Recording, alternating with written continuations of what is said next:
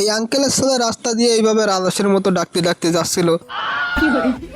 তবে সেটা বড় কথা না, বড় কথা হলো আমার মা বিরাট খুশি, কারণ আমাকে শিলনোড়া ধার মোট কথা মরে গেছে।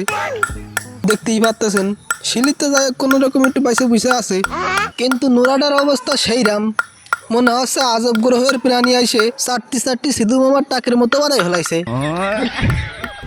সে বিরাট অবস্থা। তো চাচা সোয়াল AK-47 নিয়ে অলরেডি মিশনে নামে পড়েছে।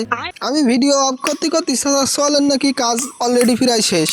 এবার ধরেছে নোড়াকান, নোড়াকানে 2 ঘা দিতি না দিতি তার নাকি আবার ধার শেষ।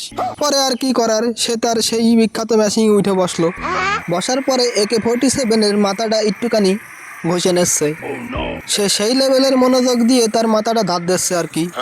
চাচা সোয়ালের মেশিনে ধার দিয়া কমপ্লিট। এমন ধার দিয়া দেশে ধারের ছোটে মেশিনের আগা থুয়ে পিছন দিয়ে ধুমে বেড়ে গেছে।